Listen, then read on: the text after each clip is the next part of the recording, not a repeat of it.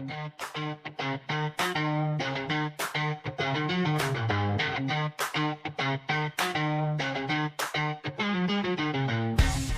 and a warm welcome back to another episode of the WenDirkCast. With me, Jimbo, and Calvinator, of course, your host for today. We will be discussing Let's MFL updates, transfers, developments, and so much more that has gone on in the last week or so. One important note before we kick off this episode: none of what we chat about is financial advice. Do your own scouting or hire a director of Metaverse football. Season 5 has started. It started, Calva. How are you, mate? Are you all good?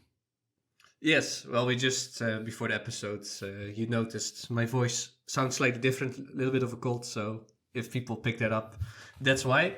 But I'm very good, MFL-wise also very good, maybe more about that later. And I'm very happy that we have a great guest, someone who's joined us before. To be precise, on the 9th of February, episode 76, and this is episode 88. So I'm glad he's back, and during that episode, I think we were floating a little bit the idea of like common farming, and you can do that, you know. You can buy tons of clubs and do stuff with that, and he's taken that to heart, expanded his agency by quite some clubs and players. So we want to hear the follow-up on that, and we frame it a little bit like quantity, which is Nep's strategy seems to be, or maybe more quality. And Jimbo, you are team quality, so I think we have a nice little matchup later about quantity versus quality this episode. So we're going to talk about that. What about you? How are you, and how were all the streams? I saw you were like doing a nice series of streams again. Yeah. Streams are all good. They're always good, to be fair. Nep, you tune in most times and pop in and just say Jimbo, and then and then dart off. That's me. No, on my computer, mate. Yes. No. The streams are great. To be fair, it's good to do the watch alongs again. Obviously, it felt like a while because we've not had games, so we did Wednesday, Thursday, and Friday. Friday we actually did Spark till Diamond, which kind of killed me a bit. It's 3.5 hours, but it was all good fun. It was all good. So yeah, streams were good. We'll have a couple more this week, probably Monday, Wednesday, Thursday. You know, stream trade never stops, sort of thing. I just realized I messed up the whole intro because I didn't say welcome NepentheZ. I didn't say that. That's right. Welcome. I'm just wondering if I was in 76 and 88 every 12, does that mean you're penciling me in for episode 100? Ooh, the 100. Could be. Yeah. That is a biggie. We need to have a big, gigantic episode. So probably start planning now. To be fair, mate. We probably start planning that now. So we'll do that, and then I'll do a proper intro and say how are you and everything. maybe it's the cold, but let's just move on there. We'll give you benefit of the doubt this time, Cal. We'll give you benefit of the doubt. Maybe that's it. But then I'll just ask you, what is your moment of the week and how have you been? Let's mix things up. For me, yes, my moment of the week, fielding some 50 rated commons in a Diamond League game. Ooh. I think it's probably right up there with the moment of the week. It's pretty tough. Yeah. No, but I've been very good. I've been under the cosh a little bit with MFL and strats and trying to run all of the clubs, but overall been doing all right. Yeah. Premier League team of the season came out this week on FIFA, so I was shocked to see so many Arsenal players in the team of the season because they just don't deserve it whatsoever. But so it's been a fun week and a fun weekend. Awesome, great to hear. Good. Yes. So later, way more about your new kind of the lessons learned, because last time you were not so, let's say, I would say well versed with all the knowledge and all the experience and everything, but now you are, I would say. Well, nobody picked up on the captain's armband that I've got. Well, this was going to be my moment of the week. Because my week in MFL has been pretty turgid, if I'm completely honest. I had one win on Wednesday with the Wyverns, and we've lost every game since. And if you didn't mention it there, Nep, I was going to say, actually, my moment of the week is watching Nep's most recent YouTube video, and about 33 minutes in, the penny finally drops that he realizes the captaincy boost actually applies to that a boost applies to the whole team, not just the individual player. And there's a freeze frame, and he's just sort of sat in his chair like no. It's like, you said it was February the 9th we first had him on, so nearly what's that? 3 months or so. And he's finally clocked on that captaincy gives a boost for the team. So I think that's my moment of the week. It's quite embarrassing. My moment of the week is that you've gained more knowledge. Still a lot to learn then. I just said you know so much more, and later we're going to talk about all of that. But the still thing things is, like captains and... Yeah, I mean, the thing is, like, one of the comments in the videos, which is so true, is that you learn more from your losses than from your victories.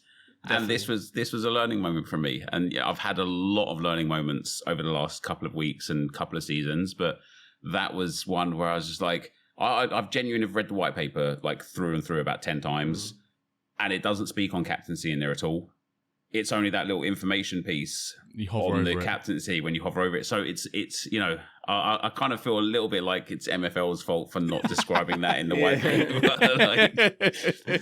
Oh, it's good. Maybe they should add it. So if they're listening, maybe do add something on captaincy, because people ask about it and it can be confusing indeed. Like, is everything who gets the boost and who gets the +2? And, yeah. So the whole thing came about because a few people have been captaining their goalkeepers.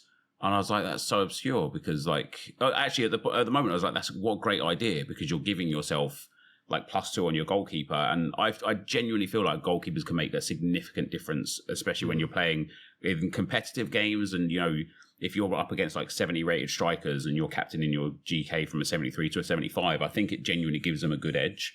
And so I started looking at like, oh, let me captain my goalkeepers. Like, that's a brilliant idea. I was like, oh, the goalkeeper gets 2 defending. The defenders get 2 defending and 1 physical. And that's when the process started working. And I was like, why would you give, like, initially at the end, I was like, why would you give the +2 defending to the whole team and not the physical? And then somebody else was like, oh, you also get the +2 on the captain. And I thought that was just like a visual representation of like, he's the captain, he distributes like the bonus to the team. And so now like that's certainly something mentally where I'm like, maybe it is still worth giving it. But also that +1 physical helps massively, especially if you're running a tight kind of like agency or a tight team for players. That +1 physical helps with the fitness like depreciation. So I think that's still worthwhile giving it to a defender. Yeah, I feel like indeed that you miss out on an extra bonus with a goalie as captain, whether it's a striker with the shooting and everything. But I never captain goalies, but I know, Jimbo, you think? I don't think I've captained goalkeepers. You see it when we watch the Diamond games on the watch-alongs. I believe that I know Rowan and Metamercenaries for the last 2 seasons, for the games I've seen, has always captained his goalkeeper. So there's quite a few of the top Diamond teams will captain their goalkeepers. So it seems to be maybe they've figured it out and they go, right, you need to, because, you know, the strength in that division is so strong. You got such good like strikers that maybe having that extra boost to your goalkeeper to send them to like, say, like a, you know, we're talking players going from a 93 to a 95, 95 to a 97. If you've got a 95 rated goalkeeper, put a +2 on to make him 97, you know, you feel like you've got basically the whole big old bus parked in front of that goal. But, you know, hashtag move that bus. We don't want any buses on an MFL. Yeah, no more buses. Well, it's an interesting discussion about captaining, and you say for me it's a bit like even if you have a great goalie and but then the defense and midfield is bad and they have 100 shots, you know, even Courtois or whatever, he's gonna let in a lot of goals, right? So I think it's better to do another one, but it's an interesting debate. Any other moments of the week for you, Jimbo, or how's the Wednesday? No. Update? The Wyverns won their first game of the season. I was like, oh yeah, get in there. We're 9th projected. We beat 3rd. Like we're just kicking off from where we left off last season, and then it's like 3-2, 2-1, 3-0 losses, and I'm playing David's or SR Monkey's Monkey Magic later this evening, so by the time you listen to this, he will have either beaten me or beaten me. So this, you know, he didn't beat me at all last season. I'm fearing it this season, so because he's got a good team, and I think I sort of scummed out each result last time. So the Wen Rambley. The Wen Rambley is in full swing, and I'm hopefully won't be losing tonight, but. No, my luck will end up like winning 1-0, but I'll still end up getting relegated. No parking buses. No, no way, mate. No way. 3-5-2. I mean, I don't park the bus for the 3 back. You know, none of that round here. So, yeah, good. It's been a pretty turgid week, to be honest. But good. I know my captaincy. Yeah, Make the goalie captain. I think that will help. That will help tonight. Oh, Yeah, but well, about me, the Corsairs, they are back in gold, and they won their first 3 matches. So I'm very happy, nothing to complain. I did lose then the 4th one, but I beat also Brandon's first gen, his team, his best team, who relegated from Plat, and I beat them.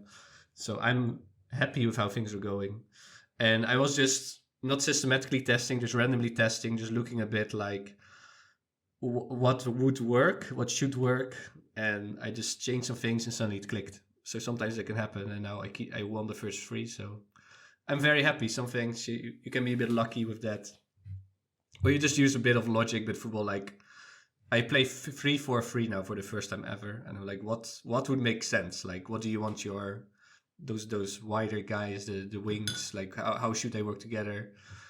And I just click some buttons and it works. So sometimes that's all it takes to do well. Yeah. Well, judge me later. Maybe I will also just got lucky in those 3 matches, but it seems to work. So I'm happy with how things are going. Okay.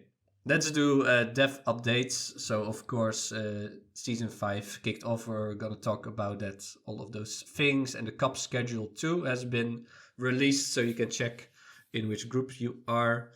And that is also, when are they starting? Monday, I think, right? First Cup matches. yeah. Yeah, Monday, indeed. So when you listen to this, you probably played your first Cup match already.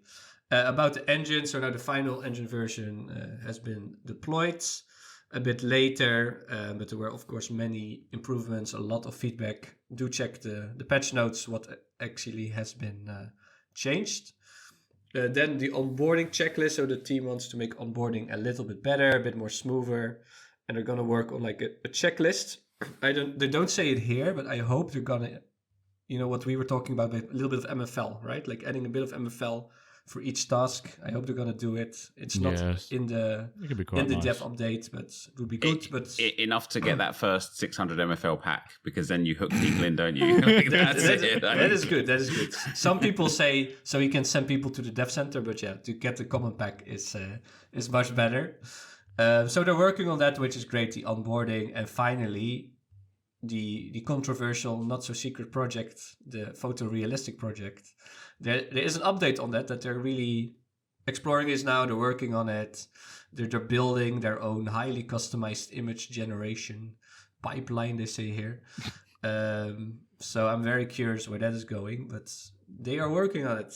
Actually, Nep, what's your take on that? Do you love the cards, or would you like to have more AI guys? A little bit of both. I was speaking about it. I don't know if you care about me saying somebody else's podcast name or another. The MFL, we don't care. So I was on like Quinny's Go F Friday podcast, and I was talking about the fact that there is already a game out there. It's called One Future Football.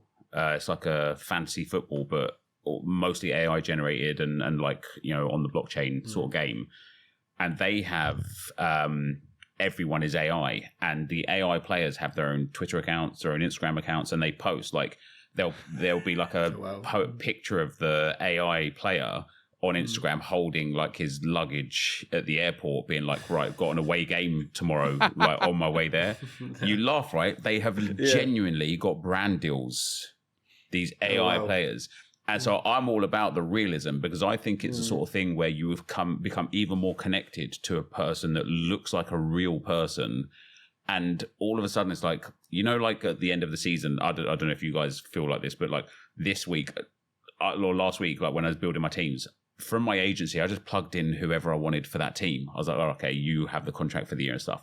But if you like visually attach yourself to them, you might be like, man, you had a bad season last season. But maybe I'm going to put you back in the team, like you're part of this team, like, because I feel attached to them. Yeah. Whereas when they're like the cartoon characters, I'm just like, whatever, man, get out my club. Like, let me bring somebody better in. Yeah. You don't feel like they're hurt. So when they're cartoon, or as they currently are, you don't feel like you're hurting their feelings. Yeah, whereas pretty much, if they were realistic, you feel like you're actually connecting with a real person that's playing in your team. Okay, I see that. Although I think already a lot of people have strong connections and emotions and empathy for their guys. a little bit. Or I even have it playing, FM, and a guy says, I want number 10 on my shirt, and then you don't give it to him because he doesn't deserve it, and then he gets angry. But yeah, that can also be an MFL. And yeah, the thing is, we need to have a sample, right? We need to have some quality check. If it's really good and if you can really use it for content and for Insta and for Twitter and for your own posts, and then I think it can be really good. So it all depends how it looks, I think. So I would love to have some sample or some sneak peek, and then we can get hyped. And on the other hand, I like just the OG artwork. So maybe a toggle button, like which kind of UI you want. That could also be something. Like, do you want to play classic or modern? But I don't know. Jimbo, what's your take? Yeah, I think maybe I feel like the toggle would be cool. But I feel like, one, it's probably too much. Like, is it worth their time to integrate that? And two, does that mean that whenever they mint new players, it has to be duplicate artwork straight off the back for each one? And is that really, would you rather see a couple more preset tactics if they ever go down that route, or when they get introduced, or would you rather have a toggle on-off switch for your? Or which would you rather prioritize in terms of their development? Right. I'm still on the fence with it. To be fair, I think I need to see some examples of it. I think that's. Yeah. I'm getting one. Hold on. Oh, okay. Well, I mean, like what is it? Is it you've got one, or are you just going to generate one? I've taken Mike Cornelis and I've put him into ChatGPT, and I'm going to see what they can make for me. A lot of people are doing it now, and it has great results. I must say, because AI is always improving, and when Calver, when you and I, the captain, sort of got told about the secret project about a year and a half ago, and they showed us a couple of examples then, but that's a year and a half ago of AI image generation where it could barely do fingers, and now we're talking about where you've got Donald Trump posting himself as the Pope sort of thing, and for someone who just sees it, they might go, oh my god, is that really Donald Trump? Whereas a year and a half ago, you'd be able to tell straight away that it's fake. Whereas the average Joe can't tell much about AI these days, I don't think, because of how far it's come on. So we'll have to see. Yeah, and also those AI models, like Nep, what you said about having their own brand deals. And I also now on Twitter sometimes see people plugging, like, make your own AI influencer and get money and all this BS, right? Or just make some hot girl and hot chick, whatever. And then you're kind of exploiting AI women. That's pretty much what it is. But it seems that is the future. I don't know, but it's more Metaverse for sure. And Metaverse Football League, we can see how far we can take it and how serious, as like real football clubs, real content. It has a potential, but we need to see samples. I think that's the conclusion. We want to see. Oh, I'm going to throw you guys for a loop. Sorry, I've got to do it now because this is literally unreal. I don't know if the thing will be able to see it. How sick is that? That is very good, I must say. Wow, that's pretty. And even like the whole logo and the MFL bit on the on the image and stuff as well. Wow. He's got the Doge background and stuff as well. Like, how sick is that? But this is also what people asked about. Like, if we get AI guys, can they be based on the cards? I think because people got attached to their identities, or like the Mohawk team of Duff. If then they can still have Mohawks, realistic AI photo Mohawks, let's say, that would be good. So that we don't totally throw away the card, we would just make an AI guy based on the card. Yeah, do you reckon that maybe that, don't want to spend too long on this bit, but, the AI generation is based off of the card, and the card has like the traits, like the cross tattoo you've got. I think like during the week on Led stream, we had like Led has like a big dove on one of his tattoos, or one of the necks of one of his players that you never noticed, which looks really cool. Would we still see the traits we see now and then expand on that, or will it be different? And that's what you're trying to say there, Cal. I'd like to think maybe they do continue with the current looks of players. Yeah, I hope so. It's not because you kind of get attached to that look, or that guy has like a funny haircut or a big beard, or he looks epic, and then it can be with a photorealistic thing. So okay, let's move on. Enough about this. Sorry, that's on me. No worries. That's my job here. Keep things moving. Can I sorry just say one last thing? I was into the Ramble Pod during the week, And SR Monkey was saying he doesn't buy players that have their eyes closed, and I thought that was just absolutely mental. I thought, like, you didn't give me the world's best player because he's got his eyes closed. Just something superstitious. He says, like, I just cannot justify buying that, which I thought was quite funny. Yeah, and then if an AI photorealistic Just got his eyes shut. They still keep their eyes shut. That would be interesting. Yeah. Going up for head with your eyes shut. It's always to see. Okay, so we have started the Diamond League. 4 matches have been played so far. Tango has not lost a point yet. They won everything, 4 straight wins. So they're topping the league. Meta did lose in their first, maybe kind of an upset, the first match, but then won everything, 9 points. Jogo Bonito also 9. Legends 9.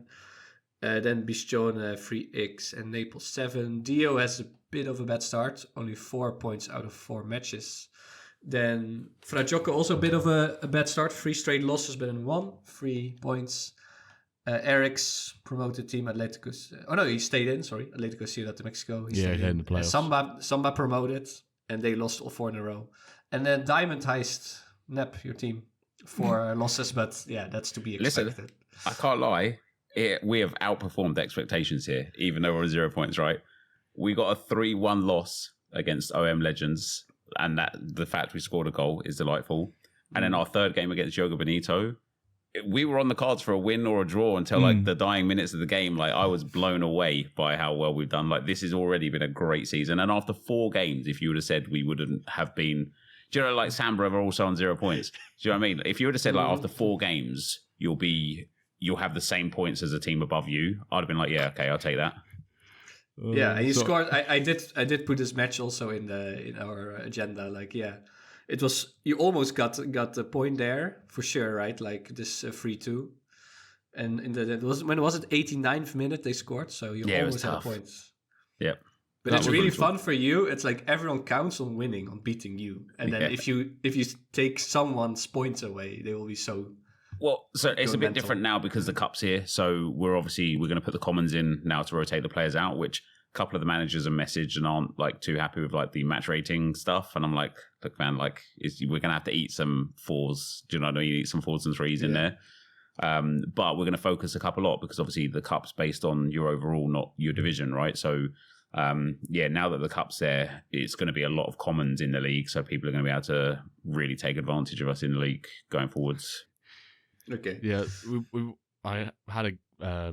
we watched the Tango game on Friday, but Josh was in the stream on Friday and he was watching obviously the Diamond Heist game, and I think we then brought up the final couple minutes of it, and then when Jogo Bonito scored their last minute or the 89th minute, it was some like goalkeeping howler. It was just like an engine monstrosity, and I couldn't help but laugh. But it was, the painful one to watch. I think the keeper like came out, missed it, or the keeper ran out for it and then just essentially palmed it into the striker's feet, but he didn't need to. It was almost like, yeah, here you go, have the ball, mate, and just go and score. There's been a few goalkeeping things with the engine this season that seem to be the goalies are really acting strange, that is for sure. But Nep, what was, can you tell us about why you bought that Plat club? Okay, then you accidentally promoted, let's say accidentally promoted. But what was the reasoning behind buying the Plat, actually? Not to go against the integrity of the game. And I know people the kind of like hardcores and old guys might not want to hear this, but just to farm MFL, like it's just one of the most cost efficient ways, especially with like the current boom. Like the common packs are selling for like $3.50 on Floaty, and certain common players are selling for crazy amounts, especially if they're 16 or 17 years old. Like Japes, who is in the club with me, in Diamond Heist with me, he sold a common 17-year-old for like $60 some odd, and it's just nuts. It's ludicrous. And so if we could in Plat, if we could have picked up, you're gonna have to bear with me a sec because I'm not quite on top of exactly how much the Plat relegation MFL is. So 165,000 MFL for finishing bottom in Plat. The amount of common packs we can get for that, sell half on Floaty, open half, and sell the players that are like worth something. It's literally like a money making. Like we just want to like take advantage of the amount of MFL you can get. And although this wasn't part of the plan the Disney dollars helped massively. It was like, look, we'd already decided to do it before the Disney thing had existed, but it helps, like it's helped out. And so the idea was to kind of like get a team in Plat, which I think is minimum 80 rated rather than 83s. It was to get a team full of 80 rateds where we could play them in Plat and then in gold, get relegated down to silver, and then actually use the team that we've got to start building and go back up. But because I got like dumb luck, like genuinely dumb luck by getting promoted to platinum, it kind of just changed that. So now we bought a team of 83s. We'll go down to gold and then start to build back up again. Yeah. It's really, well, we said last week, I think, like trust the process with extra steps, like that thing he did before, but you're meeting the minimum benchmark at least. And you are a little bit competitive, right? If you play your best team, you can. We've just seen that, discussed that. You can get a point. You can kind of make things make life hard for some people, and you get a ton of MFL. So it does make sense indeed to do it. I did speak about it on a video as well, but like it's nice to talk about it on the pod and get your guys' feedback and stuff as well. But we tried to get a team to compete, but people are like unrealistic with how much percentage they want. Yeah. And like we worked really, really hard with a few different players, like a few different people who have now got like legendary players, and even I think there was one ultimate player that I was looking to loan in as well that are now not in any team. And it's like, man, if you just wasn't so greedy, maybe the ultimate found a team in the end, but I was just, in my head, I'm thinking, if you're just not so greedy, you're getting half a season's worth of progression and you're getting MFL. Now you've got to hope that somebody wants your player at the mid-season break, and you're probably going to accept a platinum or even gold team to put your player on, which means you're going to be getting way less MFL. And I think it's such like a boys club up at the top that people think that their one player is worth more than it actually is in a team full of players. And I don't want to like step on anyone's toes or anything, but I think the greed of people that have got the high level players like actually costs them more than anything else.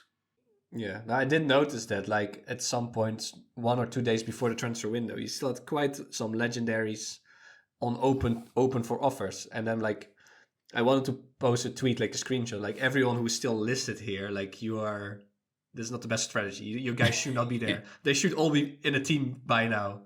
Everyone is done. Everyone's ready for match day 1. So if, you're doing something wrong, you rather have him not signed than signed for a high contract. I also didn't get that. So maybe it will correct itself next season and people get more realistic. Or they generally don't care and they want to have I guess as well, it's also such a competitive division that if someone's gonna loan another legendary to another diamond club, it's like it's gonna be a rival. It's such a hard I do think some people, I think in general people they overprice in terms of percentages what they want for a player. But that's probably because we all want the lowest possible rev share, right? And we're like, no, that's too high, but we want the lowest one. But they're like, if Big Will's loaning out Correa, whatever his name is, the left back who's 97 rated, he's probably not going to let that go for something, a small amount, because that's arguably one of the best players in the game. Yeah. So it's. But you saw the same for like 80 to 84s, or 76 to 80s, like that kind of range. And there's tons of those kind of players, but some people were still waiting until the last day to get them signed. So I thought the same. That's like. And for me, especially at the lower levels, it's a teaching moment, because I do genuinely believe at that level, maybe not the kind of like mid 70s, but definitely anyone that's like under 70. Experience and match XP is so much more valuable than the MFL that you like. If you're going to take 3% of MFL and get 20 games, that's so much more valuable than holding out for 5% of MFL. Like so much more. And I think people with a lot of new users, especially at that level, I don't think they've seen the impact of training and progression and what that can do to somebody more than picking up an extra like 7 MFL across the season. No, definitely. Yeah, well, I included a clause for all my guys. I put them all on auto accept, all the guys I didn't need. First, I for 24 hours, I did like this. Okay, let's set a ridiculous percentage, and then 20% got signed. Then I just dropped it realistic, and I got them all signed. And just say like, okay, the early birds probably willing to pay that, and then everyone gets signed. Plus, the clause should guarantee that they play, and then also like in the start, the early market, people are looking for starters, I think. So then they also will pick up all those clause guys. But yeah, let's see how it goes next season. Jimbo, I see you want to still chime in, or No, I was just saying when everyone loans a player out, I was going to say everyone wants their player to be a starter, get at least 20 games, be in the best training environment, and bring them in the most MFL as possible with the percentages. And usually, one of those three has to not be what you want it to be. You know, you hit the minimum 20 games or whatever, that's great. But you may not get as much MFL for it, or, you know, there's always got to be something has to give in those sort of scenarios. And yeah, in those lower down divisions, I think it is just about getting the game time, getting consistent game time, and then being in good training environments. I think it was on LED, when LED had Trust the Process on, Trust the Process was like, clubs are for earning MFL and the players are just there to develop. And, you know, if I loan players up to higher divisions, yeah, I'm looking to get to MFL, but obviously it's got a bit of decent percent. Like I've got a couple of uncommons in silver. The guy was going to get relegated, but he was like, right, if you I can do like 3 of your uncommons for like 3% as a group, 3%, because I'm going to be competitive in the cup. And they're already my highest earning players because I'm going to rake in like 2,500 from each of them, rather than. So that's a bit where they're the older players. Like, no, they grab the MFL. Don't care if they don't really play as much because they're a bit older. But yeah, it's all about. You know, what are your expectations with that player? I think progression development should be at the top of your list, and then it comes to MFL afterwards. No, definitely. Well, let's see if people learned their lesson next season. Any more Diamond League predictions, updates? What's your opinion, Jimbo? How things are standing? Biggest surprise? Surprise was Meta losing their first game, but then Meta does what Meta does and just wins afterwards. I think it's probably, aside from Tango being top, but Tango's still a great team, how the league looks is roughly probably what I'd expect it to look like at this stage. Yeah, I would only say Dio being really low, Dio's and Tango being a bit higher than normal, but the rest looks very what we would have expected pretty much. So let's see next week. I think it settles a bit more always after 10 games than 4, definitely. All right, and hopefully maybe we can do final thing. Will the Diamond Heist get at least 1 point? No. No. No, they'll get a point. I reckon they'll get a point. You say yes? Like if after the cup run, that's when we'll have the chance then, because otherwise it's just going to be commons in every time. Like there's no chance. Okay. So Jimbo says before yes, you don't make it out the group stages and you're like, well, we're done for then. That's the whole plan. Let's go. Okay. Well, I think maybe, okay, let's say 1 point. You already scored 3 goals. More than 10 goals? More than 10 goals? No. No, okay. Not very optimistic there. No, our chance of points have been and gone. That was a couple of nights ago. That was our chance of points. That was it. Okay. Almost. You could have touched it. But yeah, it also doesn't matter. I mean, you're going to be 12 anyway, right? It's just... Gonna upset people, probably, if you even take 1 point. Okay. Market moves. A lot of activity, as always. So this episode is called Quality versus Quantity. And I think by now I just decided to only talk about one new user, as like the quality, and not shout out 50 people as, let's say, the quantity. So here we go. The new user of the week is TTC from Nicosia in Cyprus. He bought his first player on the 21st of April, 2 weeks ago. He bought some other guys after that. But the most interesting thing is that in the past week, he bought a bronze club from Genoa for 260, and then a bronze club from Odense, Denmark, from Alexis for 299, so 300.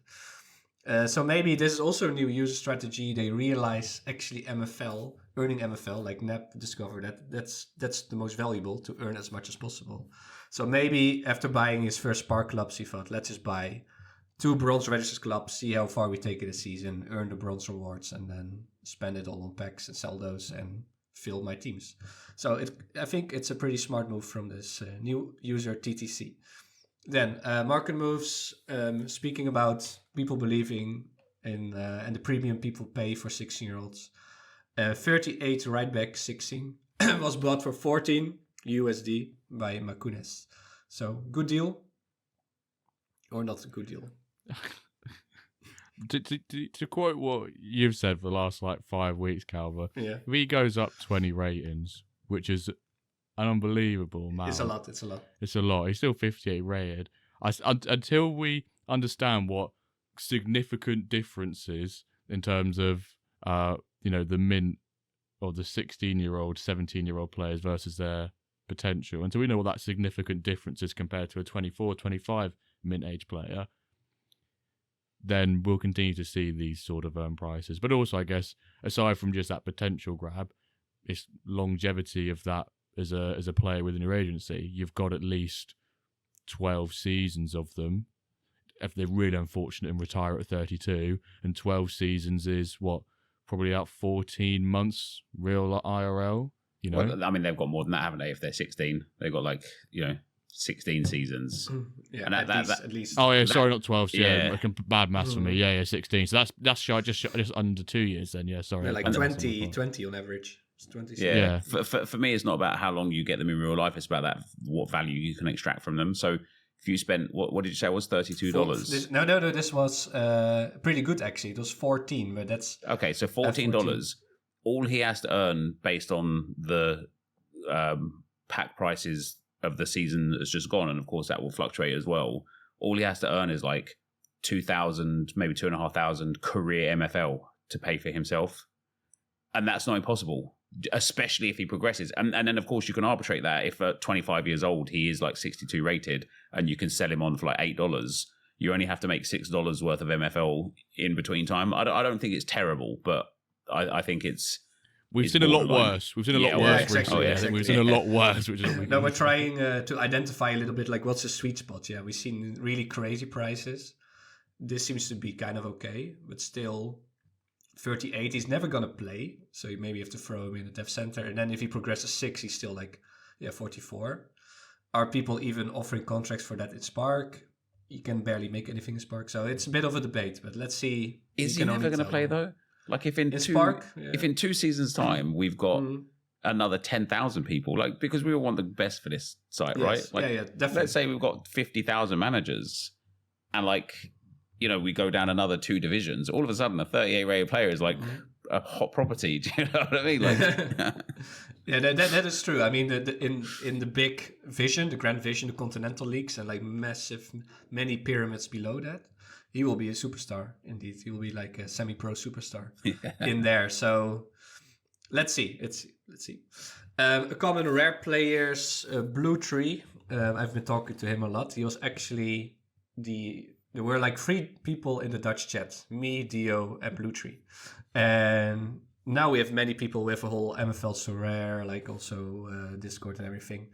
But he's back and he's going big. He bought 2 very nice guys, a 72 striker, a 20 years old for 100, and a 74 centimeter, 21 years old for 100. Legendary players. Zodao, you know him as the guy who buys galleries. I think that's his name on Discord. Zodao buys galleries. And he bought another one with 2 Legos in there actually for a very low price. So Felipe Lopez, 87 right mid, 27 for 175. And Cristobal Medina, 86 rated centre back, 30-year-old for 39 USD. But his retirement is announced. So that's also an interesting price. He bought him 2 weeks ago though for 115. So I know it's a little rage quit, but huge discounts. And then 2 interesting stories about clubs.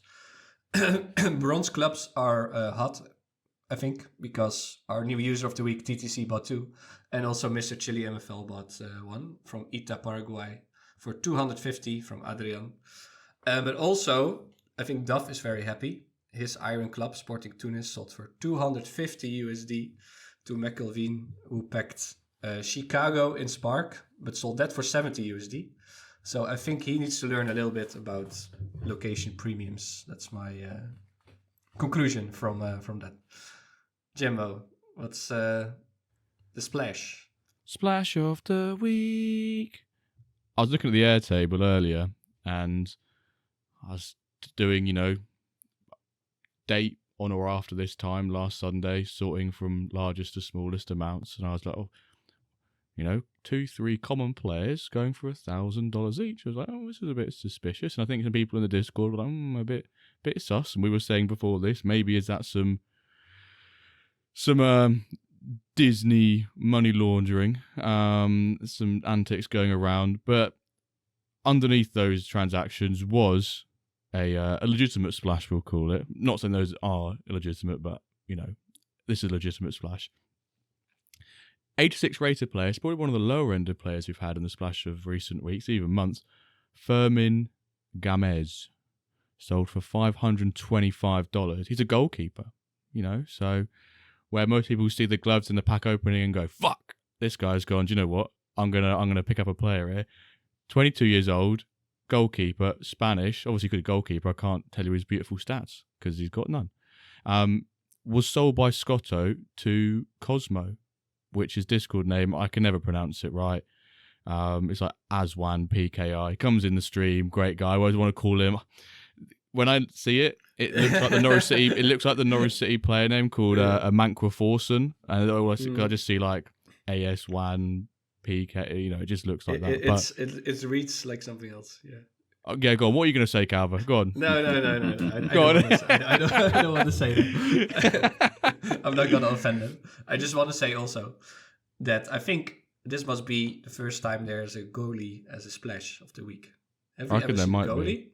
I think it might be. I think we never had, because you always go over all the stats. And the ratings. Think I've done this before. But I think we've never seen a goalie that you just say, okay, he is 86. Yeah. That's it. It's easy to suggest that Disney dollars are why somebody bought a common for $1,000. But what if they've cracked the code and they can see the potential and they know that it's like a 98 rated player? Well, it's going straight on my watch list and I'm viewing him for the next put that guy on your watch list. Indeed, we should really, Disney should have just their names in all MFL stadiums for one season. I think they definitely earned that for sure. All right. Then, IRL MFL, the Premier League is wrapping up. Things are almost ending. Any takes from this weekend? FPL-wise, we should have captains. I captained KDB. I brought him in, and he obviously scored against Wolves. He historically does quite well against Wolves on an individual basis. And obviously, I think that's his last home game for Man City as well. I think, anyway, so I thought maybe he might do quite well there. I think there's still some games to go as yet. I saw Brentford beat United 4-3. Obviously, your beloved Gunners losing at home to the Cherries of mighty Bournemouth. I guess you were watching the game, Nep. Any takes, any thoughts? Yeah, I was. Do you know what? I was really happy that he started with a strong team. And I tweeted about it, and a lot of people were like, oh, that's rage bait. And I'm like, no. We need to go out there, smash Bournemouth, and go to Paris, like, heads held high, being like, yeah, we're on form here. They didn't look like they cared to be out there playing.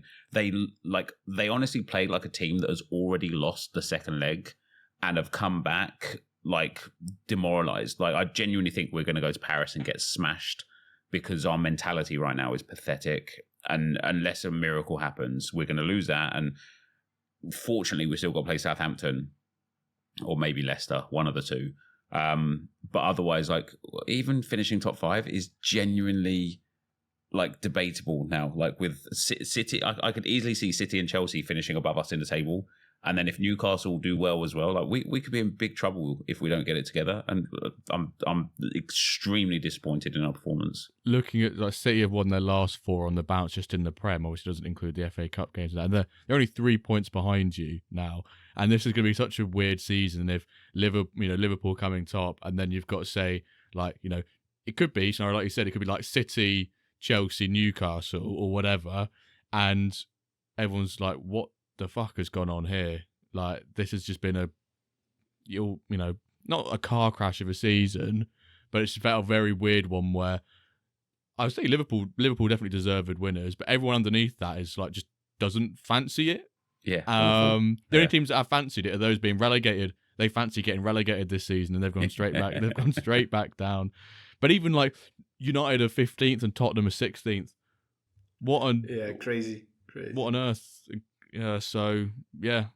But about the Champions League, PSG did rotate, right? They did a full rotation pretty much. So they, pretty much. They had a few starters out there. I think like 3 or 4 starters they had out there. But they also lost as well. So like they're just losers. Do you know what I mean? But although the PSG manager is trying to downplay Dembele's injury, but it looks like he's got a pulled hamstring and he'll be out for a good few weeks. So if there's any silver lining at the moment, it's that Dembele won't be signing against Arsenal. Well, I hope Arsenal wins. I don't like oil money sheiks and whatever. So they win. Although, I don't know. No, I really hope Arsenal, and I'm a big Timber fan, of course. Timber will help you. Any bets? I think he's injured actually. So he's injured. Yeah. Oh no. This guy. That is a bit tricky with him though. He's often injured. Anything else? His brother too, actually. Quinton Timber is constantly injured. Yeah, true. No, it's maybe runs in the family. injury prone. Anything else? I think we're good. Okay, beer top 3 time. But the last time you already added a controversial choice, let's say. Concoction. Something beer and amaretto. And I'm taking no grief for it after you allowed an alcohol-free beer on the list. Yeah. Yeah, we allow everything. We are too nice. We are too nice, but maybe. Well, you cannot endorse it. You can endorse a beer, so you're definitely not gonna endorse non-alcoholic beer. So, would you rather drink Guinness, McBride Ace, put it on the first place last week, or Orval, a beautiful Belgian monk beer from Alexis? Is it a wheat beer? Is it like white? Ooh, good. I'm not sure. Orval, maybe I reckon they have like multiple. Usually the monks have like different ones, but we can check. Orval beer, which Belgian beers are typically like not your traditional like lager from like England or. Orval is an orange haze Belgian pale ale. Yeah, I'm not drinking that crap. Sorry, man. I hate Guinness as well, but I'll take Guinness on this one. Okay. We'll have a very, very strong number 1 then.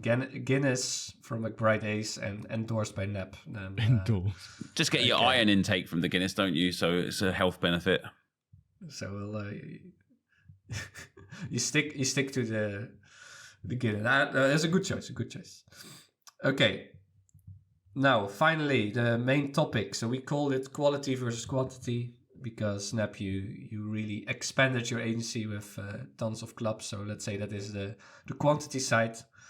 And we also want to talk about then what is a quality kind of approach with like less clubs, less players, but maybe more detailed or more focused on that. So we're going to explore those 2 things. So the first question is, can you take us through, let's say, the past weeks? Why did you start buying all those clubs? Why did you decide to expand in such a way?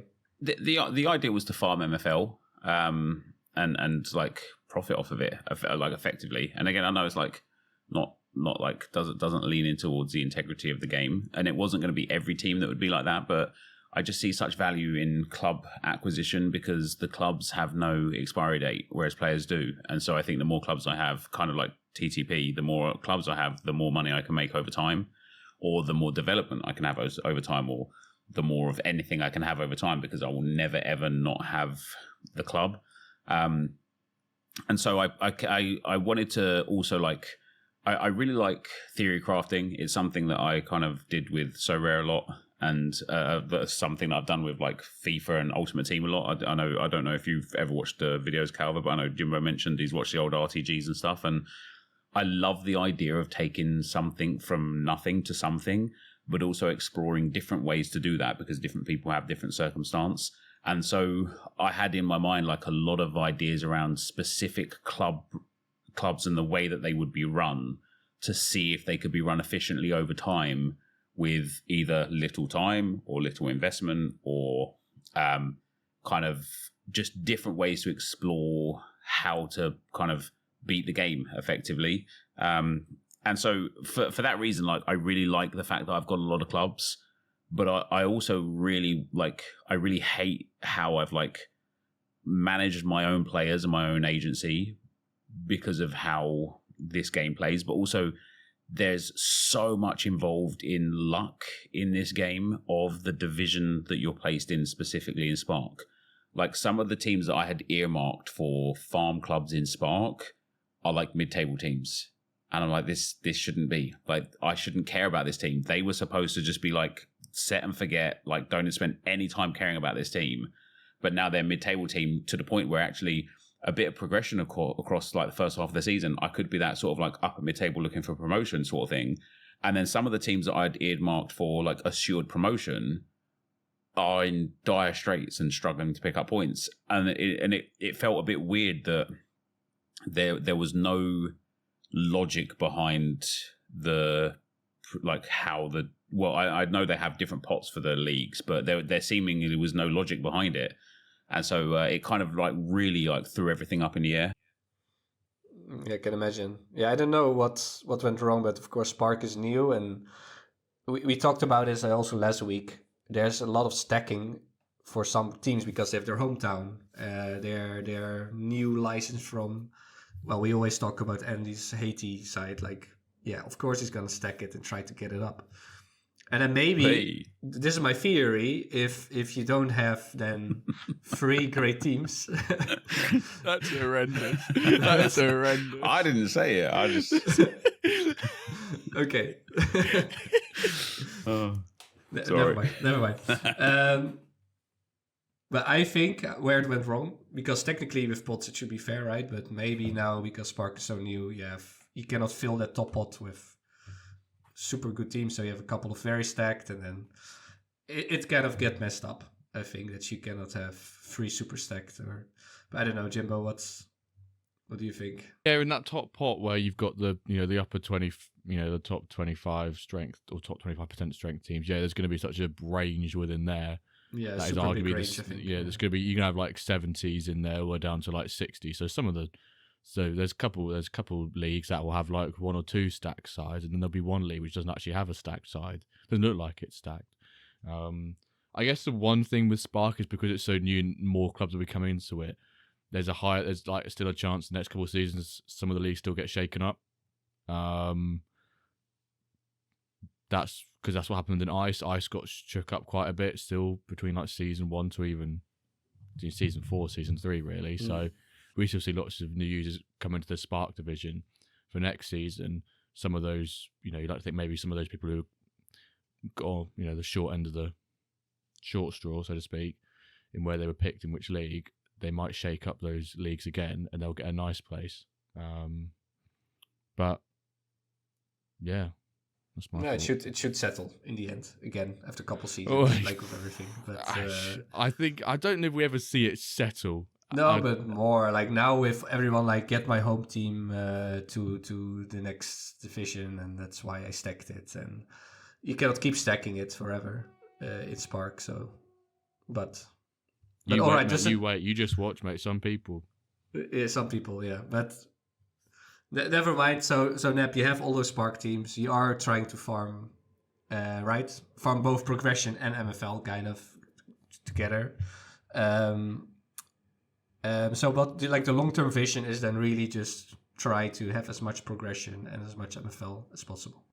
The long-term vision outside of like specific clubs that are set for a theory, like can I turn a club full of like loanees into a club full of like first-time players or whatever. Outside of that, like the genuine idea is to have my own pyramid within the system of like having a club in each division, or as it goes down, maybe like 1 club for Diamond/Plat, maybe like 8 or 10 clubs for like Gold/Silver, and then maybe like 16 or 20 clubs for sort of Bronze and Iron below Bronze, and then use the clubs below. Like if somebody's progressing well, the next season they move up a team, and if they keep progressing they move up, and to effectively have like, you know, a youth system, like not that it's actually young players, but like a system of like absolute troughs at the bottom, and whoever comes through goes up and goes up and goes up, and so I can just facilitate my own teams as I go up through the MFL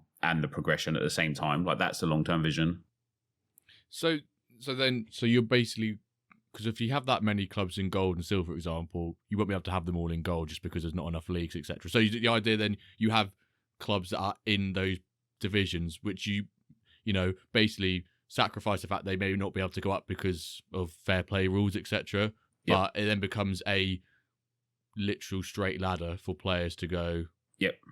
From so imagine if I have, like in an ideal world, imagine if I had one club in literally every division. And right. You just and not 4 clubs, right? Not, yeah. not like 4 gold, not like the whole division. Like you literally like 4 gold, 8 silver, 16 iron, like so that anytime a player is going up, like they go up into one of my clubs in the above division, and whether they maintain or even finish high, okay, maybe they can't get promoted, but I win that MFL at the top, and if some of those players succeed well, they go into the silver team and like facilitate that team. Like that would be like the ultimate efficiency goal. But I think at that point, we're probably looking at this point, probably close to like 700 clubs, 600 clubs. Like it would be unmanageable. Yeah. So I'm looking forwards to when MFL introduce that whole, like somebody can manage your club for you. Like, I'm looking forward to that, for that sort of thing to come in. Yeah. I think everyone is looking. I actually scaled down because of I don't want to manage so much. But then, how are you doing like that right now? How do you guarantee kind of? How can you manage all?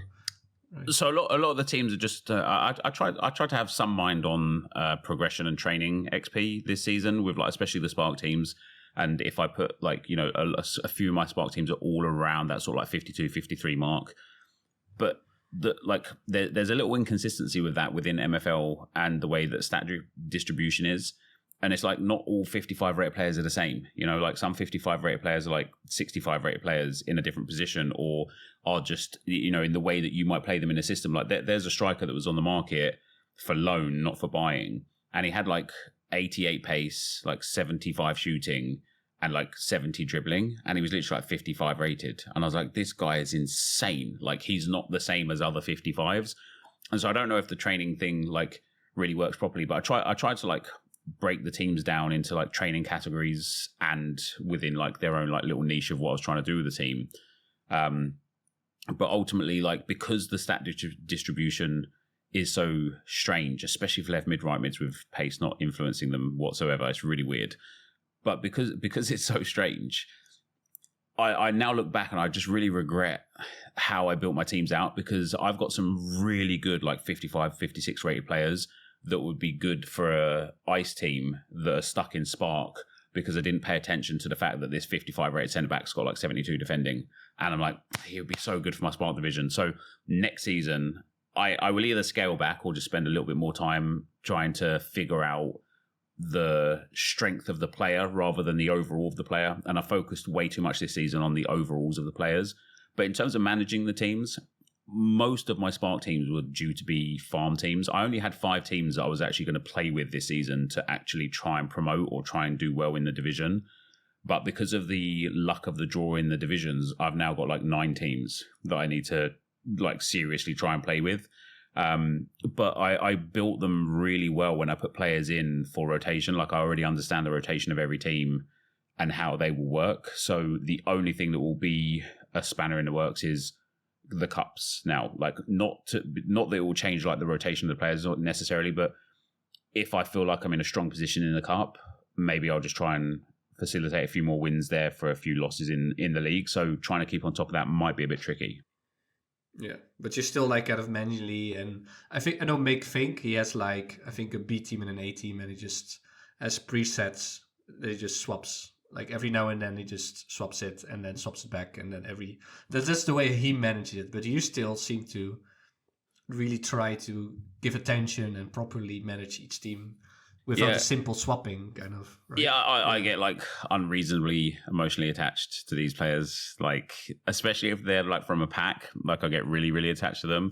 But like for a period last season, especially towards the back end of the season when leagues had kind of already been decided before they'd ended, anybody that was training well would get prioritized, whether or not they were the best player, because I'm like, you just need the match XP. And that proved to be really good. I've got a guy called Fabry. He's a right mid / right back. And he went up like +5 last season. And he was nobody for me. And without even playing matches, he'd gone up +2 in the first quarter of the season. So I was like, right, let me just get him in games because he's obviously training well. And it would be nice to, like, I like to focus on things like that. Like if I just think a player is just in a vibe, do you know what I mean? Like I just want them to play well, to train well. And so I'll even like isolate certain games. Like today I have a game against one of the lowest teams in, I think it's my Stone division actually, and I put my best team out there because I'm like, you guys are training really well right now, and I want those 8s and 9s for the match rating, even though I've got the cup tomorrow and it might cost me there. Progression is key, right? Like, so yeah, I don't know, I've got so many things I want to do, so many theories flying around the brain, and not enough time to implement everything to a really good level. So I'm kind of just fishing at the moment, and if something works, I'm happy, and if it doesn't, it's a lesson learned for next season. Yeah, with those clubs, then, if players start to progress pretty well in the first half of the season, is it something you're looking to do, and maybe in the mid-season transfer window, send them to different clubs to maximise that potential as well, or is it something you'd like to do, not sure you'd have enough time to? Or is it? Yeah, I feel like it's that sort of piece, right? It's not really the time. The time won't be a problem. It's more about like, how do I replace them? Like, because if people like, I would either have to go and buy a player. I've still got some Disney dollars left, so that wouldn't be the end of the world. But or I'd have to loan a player in, and at that point, halfway through the season, I'm really reluctant to give up some MFL for loaning somebody in. You know, so far this season, I've had a few good growers, but I've had nobody from the farm teams. Hey, listen, that's on you this time, right? But I've had nobody from the farm teams where I'm looking at like, oh my God, they're doing great. And I actually, I regret that I built 2 farm teams for my ice division, and I made them the lowest rated players from my agency, like mid-40s, because I thought I'm happy to get these guys relegated, get the progression from them, and then get some teams from Spark promoted. But as it kind of all unfolded, like 2 things are happening. Like, first of all, they're just getting terrible match ratings, so they're not really progressing much anyway. You know, I'm losing out like maybe 20-30% match XP, which is really, really frustrating. But number 2, the Spark League is the Ice League, I would dare say, is less competitive than the Spark League for some divisions. And if I just put like 55 rated players in there instead, I would easily hold the division like really comfortably. And so now I regret just throwing these divisions and wish that I'd like maintained in there. And, you know, Jimbo, you put out on Twitter a couple of times from a guy that gave like the league breakdown of like average percentile. And it's insane how close the average percentile of the middle of the division is, all the way up to like bronze. And I'm like, man, there's some current Spark teams that would hold in bronze. And I get I get the fact that people want to have their promotion all the way through. I'm exactly the same. But some of my Spark teams already, I'm like, damn, you might not get promoted, but you would easily stay in Ice. And some of my Ice teams, especially the 2 that I've put as farm teams, I'm like, you now won't stay in this division, but you also won't, you'd be bottom of Ice as well. I'm like, so I've kind of made a few mistakes there for sure. Yeah. Yeah, that's just the weird thing with Spark we just mentioned, with all those stacked Spark teams messing things up. So yeah, that makes things hard. What would you say is another like big challenge with your new approach, or like the biggest downside compared to removing backgrounds? Big challenge. Big challenge background. Yeah. I think one of the things that I have as a struggle that is really a me issue, not an MFL issue, is that I don't know how much MFL I'm going to make on average. Like, you know, if there was like a predicted MFL returns, wouldn't that be nice? Do you know what I mean? Wasn't there a tool? Oh, is there? There's a tool that made a community tool. Yeah, crazy cult. It's called MetaFix. I can link it to you. If you type in your wallet address, it will tell you at the current point in time what your projected MFL is. Okay, it takes in consideration like league, cup position, loans in and out, and you can actually download it as like a PDF as well. It just shows you. I can link it to you. It's pretty sweet. Yeah, that'd be quite fun. But also, one of the things, like, since having this many clubs, and if you guys have played Football Manager, you'll know this, like, hands down, is like, I love MFL because there is, like, when I had that first call with Matt, and I was like, oh, it's good, but like I can't even see like the players like last few seasons. He was like, oh, just go to the player page and you can see it there. I was like, oh, that's incredible. Having like records, you know how like the Football Manager records, biggest win, biggest loss, like best ever league position, things like that, like top goal scorer, most appearances for the club ever, things like that, like I think are missing in this game, and would make me far more attached, and like I would care way more even with the farm teams to be like, let me try and make a difference here, because this guy's about to get his like 300th appearance for the club. Like, you know, this is something, this, like, you get that emotional attachment, and it's great for content as well to showcase those sort of things. So yeah, that I would love things like that for sure. Yeah, that's really nice. And even like on the club page, having like preview, obviously you can see previous owners, but you know, like previous managers of the club just had like, yeah, on that records or history page of the club, you could see I had it for a couple seasons, got it relegated, went to Calver, he continued the relegation, the back to back of Luton and X clubs like that, and then Net picked it up and, you know, took it up and held those records. I think, yeah, the record point, and I imagine it's something that they could easily pull out. It's not like it's something big for them to do, but in terms of like an extra flavour and, you know, extra flavour to the game and adding those layers in, to get you more connected to clubs. And we already get stupidly connected to players and clubs anyway. But if I buy a club and see the previous owner's only biggest win was 8-0, and I'm like, cool on, I'm playing a heavily fatigued side. I want to try and beat this record and make it 9-0, so, you know, they can see in season 5 versus, you know, X club. For me, like one of the things that's difficult with MFL is how long a season takes, and I do appreciate it, like, to a degree, like that off-season period, which is around 2 weeks, generally speaking, you know, like depends how much like activity you have in a transfer market and stuff. I appreciate that downtime. It's nice to step away and just not have to think, right, I've got another game, I've got to focus on the teams or whatever.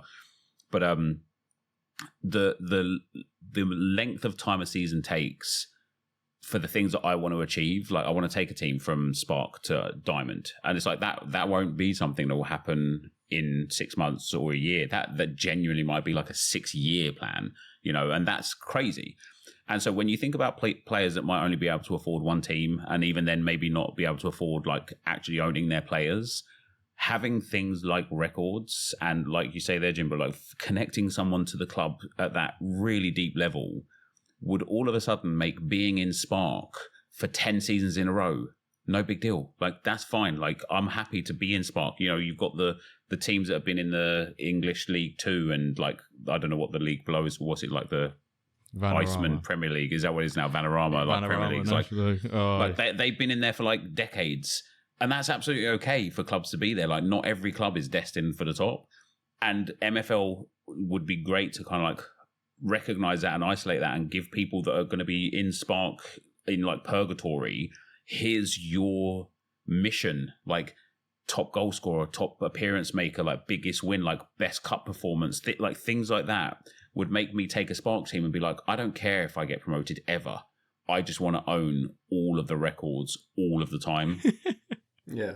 No, and also with like previous matchups and like, oh, you've never beaten this team, or like, because you should be in the leagues of roughly the same teams, right? So that you can have those rivalries and a bit of the lore and the narratives, and that like we finally beat this main rival at their own ground, and yeah, or like, yeah, that would be really good. I agree with you, like the records and just also a bigger dashboard for the whole league with like match ratings or assists. Yeah. We now have assistant goals and goalies, but also maybe match ratings and like team of the week, winning streaks for each league, or losing streaks, or like ages. Yeah, like Diamond Heist hasn't won in 10 games. Like, okay, that's obvious, but then with another league, you might see the same. Just a bit more, data that builds kind of stories and the content automatically. And you can even like with regards to like earning MFL, imagine like every division, not individual league, but literal division, had like a top scorer MFL reward that was significant, like, or you get like a rare player pack. If your player finishes top scorer of the Spark League across all the Spark Leagues, you get a rare player pack. Now, you're going to have those outliers where you've got like pranksy plays coming in with these like legendary striker that's just going to absolutely smash it. But once the leagues do eventually settle, and it's like as it should be across the board, how cool would it be if you're like racing for that golden boot and you're like, oh my God, like he's knackered, but I'm only 2 goals behind the golden boot. So we're just going to play him into the ground, because if he does it and I get that rare pack, what does that mean for me as an agency and for me as a manager? Like, it could be significant. Yeah, no, definitely. I love it. Good plan. I feel like, again, I have to stay the course a little bit here with our main topic. My bad, man. I love it. People want to hear us talking about MFL, and that's what we're doing, and we're floating a lot of awesome hopefully ideas. they do. We've done this for 88 weeks now. Hopefully they at least want to hear us talk about MFL. They should love it. Imagine if they're here waiting to hear about history and geography. Yeah. You guys are missing the trick. Wait till you hear this. So actually, but I really thought you would be a bit more, automatic with, like, you have now so many clubs that you would be a bit more, quick and less caring. But actually, you seem to be combining the quantity with the quality.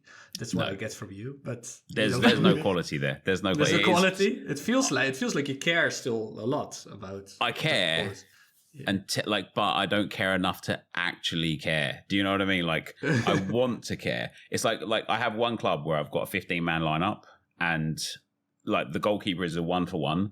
And then the other 3 players combined with the rest of the players in the team that are like left mid striker and centre mid and things like that. And I have to rotate every game. But after the first game, I was like, they're still on 99%. I don't have to rotate. It's fine.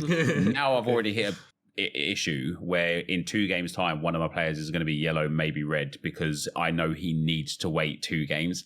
And it all stems from me being too lazy to rotate on that first game, because I was just like, what difference does 99 versus 100 really make? And it was just super valuable for me to like keep that rotation going, and I just didn't do it. And like I say, like I care about the teams to a degree, but not enough to build the best team. Like I wish I had like maybe 5 or 6 less teams this season, but had incredible teams within the teams that I actually wanted to work with. And because of the transfer market and how the loan market went, I could have easily loaned out so many of my players for a reasonable MFL amount, because everybody else was being so unreasonable that I would have easily like sent them out. And I would dare say that, especially if you've got 1 or 2 clubs for yourself, or a few more if you're interested in more than 1 or 2, loaning out players is just a way better return on MFL. You don't have to do anything, man. Like, they train for you, they play for you, they rotate for you, and you just take the MFL in at the end of the season. And so I sit there and I think I've got like 270 players or something in my agency right now. I am almost certain I would earn more MFL if I farmed every single one of them out. Next season. Actually, that's one of the things Challenge. I did. Yeah, I think I had 8 clubs last season, now 5 clubs, and I loaned way more guys out, and I reasoned the same like you. I feel like I can then earn more MFL, plus, especially in that first day with people giving crazy percentages, and I still have my clause in there, which should be an incentive to play. But yeah, I think, but Jimbo, I called you Mr. Quality. So maybe you can make the case for having just 2 clubs, although now you have 3 clubs. 3, yeah. Look at you. Yeah, you're also getting there. but then it's funny because I got the 3rd club, and then I found it really tough to bring in players this season. Like I sort of loaned out a bunch of players once I set up Wyverns and the Espartails, and then was like, oh, hang on, I've given myself the shit players for my 3rd team. And then I'm suddenly having to like scrape together percentages to try and bring in players. So I feel like by bringing in an extra club, I've decreased the quality of my agency, but I've increased it because I've brought an extra club. But I feel like I've downed the quality of it. But in general, you like having only 3 clubs or only 2. Yeah, clubs. I really enjoyed having 2, and then the only reason I got 3 is because it's a Norwich-based club. I was like, I've got to just monopolise Norwich clubs. I've just got to do that, and that's the only reason I'd ever expand more is because I have a connection to that location. Like they introduced a Chester license, which is where I went to uni. I really like to have that, so then I can basically try and smash Wrexham-based clubs with it. I'd love to do something along those lines, but unfortunately, there's a Wrexham-based license owned by Big Wilbur, so I'm never going to be smashing that team anytime soon in the Spark division with the way he stacks his clubs, which I think is quite funny. But yeah, I've always gone down sort of the quality approach. I think that's just because I've been focused on one or two teams, so that's all I focus on. Yeah, I mean, I was looking at the sort of quality versus quantity debate. I was actually looking at the leaderboards. I was looking at like who's earned the most MFL, and then looking at how many clubs they own to see if there is sort of like a pattern and a relationship between between amount of clubs owned and like MFL earnings. And there's one that, you know, you've got Big Wilbur and Scrub who have the highest earnings. I'm not sure if the leaderboard is since season 1. It might be. I don't honestly know if it's from the beginning of the season. I don't think it is, but. You've got Big Wilbur on 36 clubs, and you've got Scrub on 50, the top two. And then it drops down to Dio and Sturge being both on 6. And the real outlier amongst it all, really, is Joe B, who only owns one club, and it's the Diamond Club, his OM Legends, and he's 5th currently on the rankings. I know he's going to be high in MFL because he owns a Diamond Club. And if you perform well in Diamond and the club in the league, Cup in the league, sorry, you're going to get a decent earning. So even looking at the leaderboard for MFL earnings, there's no clear like, if you own more clubs, you get more MFL or vice versa. But the only real trend is that those people at the top all own the Diamond Club, which maybe kind of skews it a bit. You could obviously do some maths on it and everything like that, but I prefer going down the quality route just because there's, even though I say I don't care about results. I care about progression. I care about progression more. I still don't want to lose games, and because you lose more games than you win, that was going to become a Michael Owen quote there if I continued that. You know, if you lose more games than you win, you're going to get relegated, or, you know, something along those lines. When you talk about quality though, Jimbo, so one of the debates I've had with Josh and Japes, who I'm co-owners with the Diamond Heist with, they intensely focus on like formations and tactics, and I don't find them to be super valuable. I think just like a standard tactic that suits the team and having a players that have like kind of key stats makes sense. But like, it is quality like really like focusing on how much value do you give to tactics, I suppose, like, because I just set and forget, right? Like I play the same tactic 24/7. How much value actually is there in tactics? Good question. Good question. I think it's been like 80-20, you know, like you can, I think with having a decent formation, you also perform well, and you get kind of, you know, 80% of what you could be capable of, but 80% still goes a long way. But I think you could get an extra 20% and beat your rival teams with similar overalls more than that you lose against them, I think, with great tactics, with a real great tactical setup. But I think, as I discussed earlier, and here's where my thought process comes with it, overall isn't representative of what a player can do. Like, it is no. Do you know what I mean? So you might have a like 55 overall across the board, and your opponent might as well, but your strikers might have 10 more shooting than your opponent's strikers, and your midfielders might have 10 more passing. So you're going to work that, you're going to destroy them regardless of your tactic. Yeah. It doesn't say a lot, but I think, let's say within a league, if you know teams are similar, maybe you have a couple of misfits. Everyone often has one or two misfits, I guess. But then still, like, what's the role of tactics? Like, how much does it change, right? That's the debate. Like, what's the edge you can get? So here's my other question, right? Yeah. No tactic is still a tactic. True, yeah. It's still a choice, I would say. If you leave it balanced, if you put everything on balance, that is a choice indeed. You chose balanced. So it is still a tactic. And the other thing I wanted to finish on, because I looked at the white paper a lot with Josh, and we looked at like fitness like quite deeply, and took a view on how much stats players lose when they reduce their fitness based on how much stats players lose for like training XP and like other things within the game. And I think that when you're on that like kind of fit, you're just fit regardless. And when you go down to that deeper green, you're just in that range, and I think that loses you about 1 or 2% of stats based on what the white paper says for other things. But Josh had mentioned something in your stream the other day, Jimbo, where you said that every % of fitness matters. So in fitness and the percentages, every % decrease matters. The impact that has on the players is undisclosed. We don't know what that is. So that's where the question everyone asks, where did you rotate at? It's purely based on you as a manager and what you perceive the impact to be, and do you want to have that risk? So you know definitively that 98% is worse than 99%. Yes, that's what Yax has said. Every % matters. We don't know what that is. Why do they have the color scheme then? Why not just have the fitness level? You should know these things. You're the host of the WenDirkCast. Come on, man. I think it's helpful just as an indication. Like, of course, you could say it makes sense in real life, right? If someone is 100% or 92, you're still quite fit. Like, maybe you can run a little bit more. But in the end, I would dare say that it's actually unhelpful, because if somebody at 93% has the same color scheme as somebody as 100%, I think they're the same. That's how I treat it too. I treat it too like this. I just treat it, for me, it's just 92. If it's like green, it's good, and it changes colors, I rotate. That's just for me simple. And I think it doesn't impact me if I do even more tighter rotation. It's like 96 to 100. I think it's like nothing. But I do think you're right there, Nep, that on the basis every percentage matters, and then you see the color change at or whatever, it's like 91 or 90 or whatever the number 91, is. I think. It almost feels visually looks like it contradicts that every percentage matters. Yeah. And that's where it can be confusing. So I completely get that.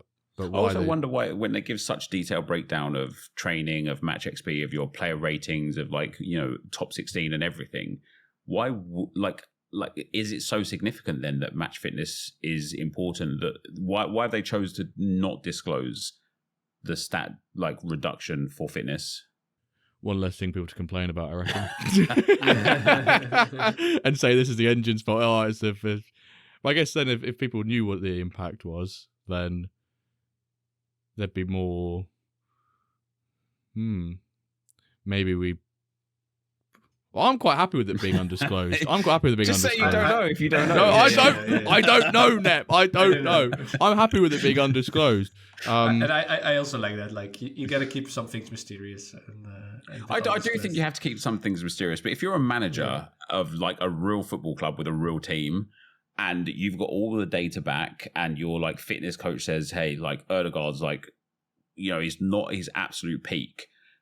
You're not going to get his absolute peak out of him. You won't know a definitive amount of what you're not going to get out of him, but you'll be able to understand, he's got a little niggle in his ankle. He's not going to be able to shoot the ball as hard as he normally can, or he's not going to be able to play those balls that he normally can. He's not going to be able to run properly for 70, 80 minutes. He'll give you 60 minutes and then he's going to struggle. In the real world, you get a way more definitive understanding of even 90% versus 85%. So why wouldn't that be the same in MFL? Maybe just because that percentage by percentage impact on a player's performance is so negligible between 100 to 92 or whenever the first color change is, that it's not worth having what the impact is to public, because it might be negligible. So maybe it's when you actually notice it will be when that color changes. But that's how I treat it. I don't even know. Is it 92 or 93? The first. I don't even know when the first color change. 92. I'd never let him go below a 90. I don't even know what the other brackets are, thresholds of fatigue are. No. But fair. Yeah, good. Just don't like going below 90. I just don't like going below 90. for me, if I do, then if I lose, I blame myself. I'm like, you idiot! Why did you not rotate? You Maybe you just had bad tactics. No, never. Never the manager's fault. Never the manager's fault. But good debates indeed. To what degree does tactics and rotation and all this management really matter? Or you can just put it 4-4-2, balance, no choice, just standard rotation. That worked for me last season. Yeah, I'm just saying, It's exactly. Sometimes that's much better. Just keep it balanced. But can we ever know? There's definitely people. I feel like some managers they always make teams perform better. In real life, a good manager. I still think, if you put Jimbo or me in front of Real Madrid, I think we still would do a decent job. Yeah, But you might not if get relegated, yeah. But if it's like Girona or Valladolid or whatever, a club that you really need to do well to get out of relegation zone, I think that a real good manager can make a difference. They've got a world-class goalkeeper, to be fair. Yeah, Carl that can also Hein. make a difference. Yeah, he's good. Arsenal player. He's Arsenal loanee. Well, I completely off topic, and Calva, feel free to just show me shut up in the next 10 seconds. Soon. I've seen someone I know. It's no official thing, but was like, do you know what? I reckon Norwich get him on loan next season because of if Wilshere stays, might be a little. He's on loan at Valladolid. Yeah. So I'd be like, oh, maybe like if Wilshere stays, we might get him on loan. He is a quality. I wouldn't be surprised if he came back to be Arsenal because obviously he was at the under. He was obviously the under 18s with him or whatever, wasn't he? When Wilshere was in charge, he was with him then. So yeah. Sorry, IRL Cav. I know we had that earlier, but we had to go IRL. But that's your fault. You were saying how me and you could manage it. Yeah, you brought up Valladolid as well. To be fair, if you brought up any other club, we wouldn't be talking about this right now. I really think, maybe not the best metaphor, but I think a great manager can make a difference when stakes are high. Let's say that's my take. 2 more questions. One is about content. So last time when we had you on, you were like, okay, you first need to know way more before I start, making a lot of content. Obviously, you have made more videos right now, but what kind of videos are you planning with your new approach, your new setup with all of those teams? Yeah, so one of the things that I don't like about what the content I make right now is that it's what I did with So Rare a lot as well, right? I'm just kind of like talking about things that you could just see if you wanted to see. You could just go to my agency, you could see my results, you could see my progression. Like I feel like it's really like not hollow content, but it's the sort of content where I'm like, you're watching this because you're bored and have nothing left to do, rather than because this actually has some value, right? It doesn't really add value.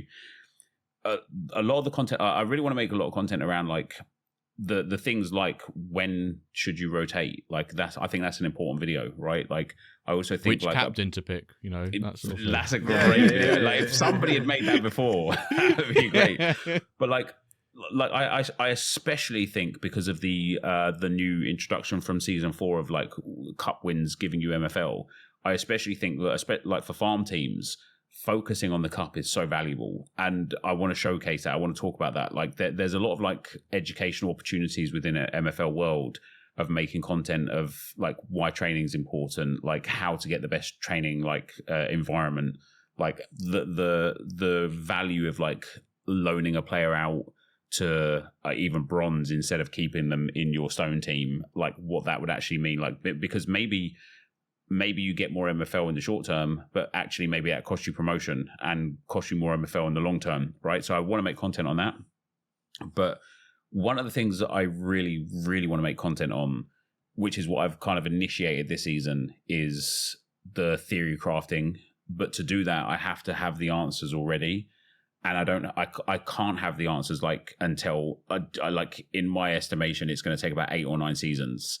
And that's a long time, right? Like to see like my MFL experiment, my cost experiment, the agency experiment, it's going to take an extremely long time to see if these experiments come to fruition.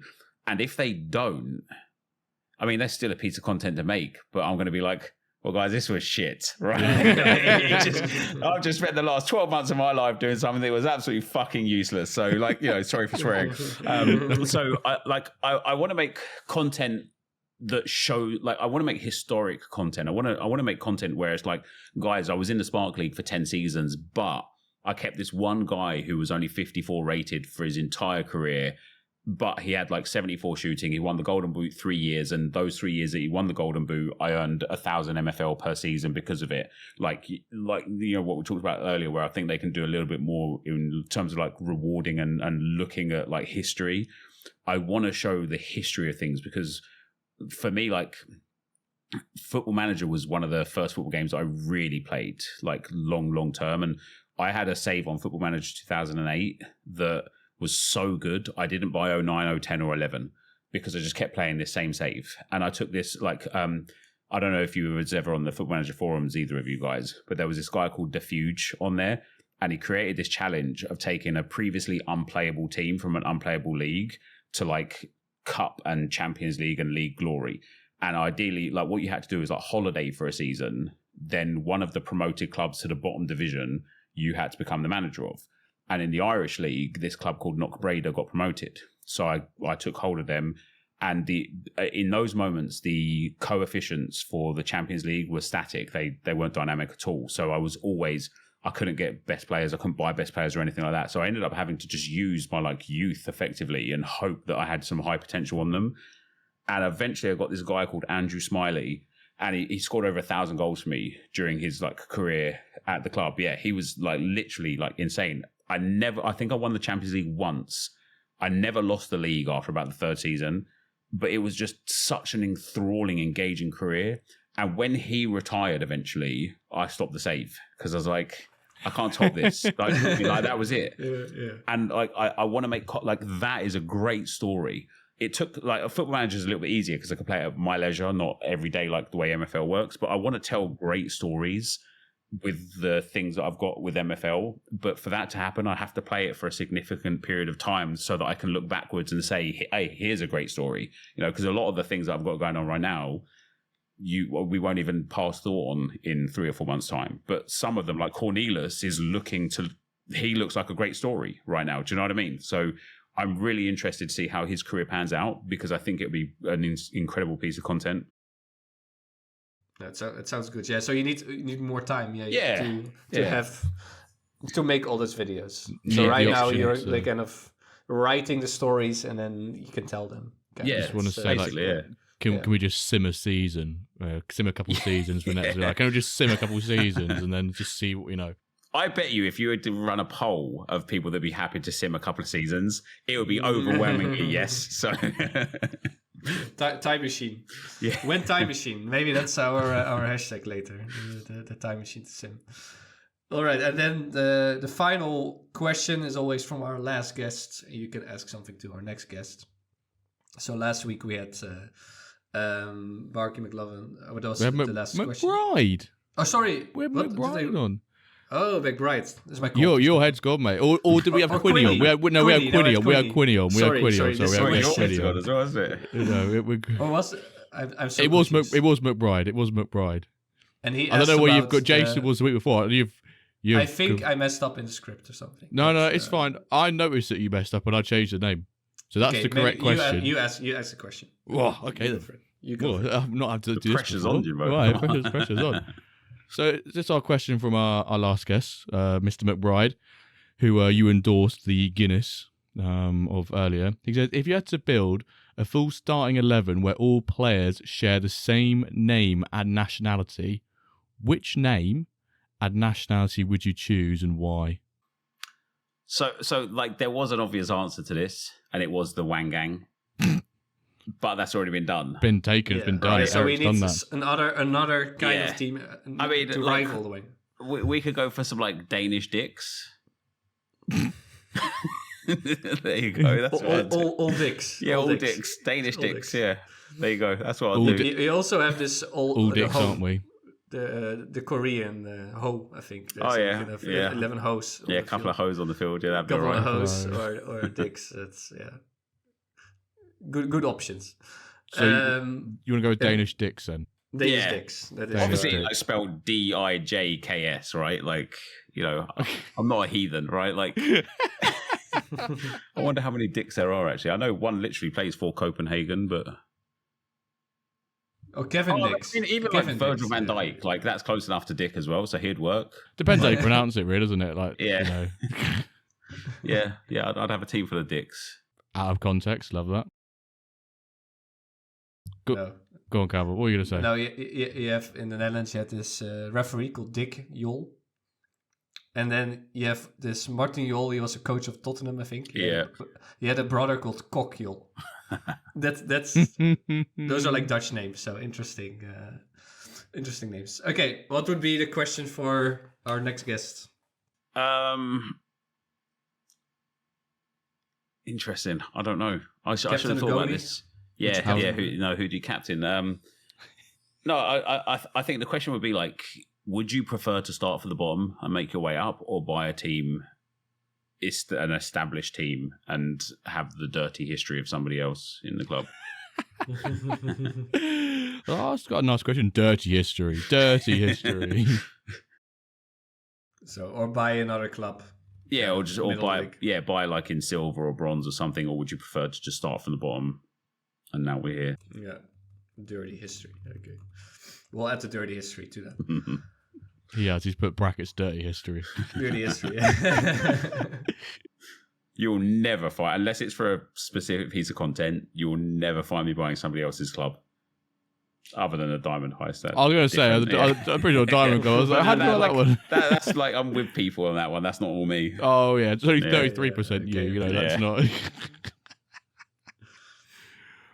Right. So, I believe it's hashtag time. Hashtag time. So, ladies and gentlemen, you know, when it gets to this point in the podcast, we're going to announce the hashtag of today's episode. And today's hashtag, in honor of Nep's light bulb moment of understanding how the captain's armband actually works within MFL, we want to understand from our listeners or watching, our viewers, who your captaincy pick is within your team. So we want to do hashtag captain and then the position that you most commonly or always captain. So, for example, for Nep, I think at the end of that video, you would be hashtag captain defender. 100%, yeah. Be. I'd be hashtag I'm a captain midfielder. Calver, what would yours be? Captain striker. Hashtag captain striker. So we want to know what position you captain. Are you goalkeeper, midfielder, defender, or forward striker, however you want to put it. So hashtag captain and then the position. Before we round up today's episode, I want to say a big thank you again for his second appearance on the podcast to Nep. There might be a third one, depends if the backgrounds get removed. That is the only piece of criteria. That is a condition for a three-peat appearance. But thank you for being on the pod again, my man. No, it's great to be here. It's always fun chatting, as you well know, Jimbo, because I spend a lot of time in the streams giving you grief and making you change your shirts. You and amongst many other people are the reason inflation's hit that reward recently. And people still complain about it. And no, but I crave MFL, man. Like, a game hasn't captivated me as much as MFL has since So Rare back in like 2021, 22, and before that Ultimate Team and Football Manager. Like, this is like I'm really, really keen for MFL content, so it's always great to talk with like-minded people, because my wife could not give a fuck about MFL. You're not going to go up to her and go hashtag captain defender. She's going to go hashtag captain goalkeeper. Yeah. No, I'm going to try, but I might get punched in the nuts. So we'll see. Yeah. No, but I love that, and big thank you for coming on the pod again. And it's great to have big content creators like yourself coming into MFL and loving playing. Big guys. Here, behave, Net, behave. But no, fantastic. Thank you again for your appearance today. Hashtag captain and then the position which you most captain. There'll be a couple stream this week. Hopefully everyone's cup games and league games this week go well. If not, maybe you get some progression to balance it out. But without further ado, thank you all so very much for listening, and we'll see you this time next week in an episode of the WenDirkCast. Thank you for listening.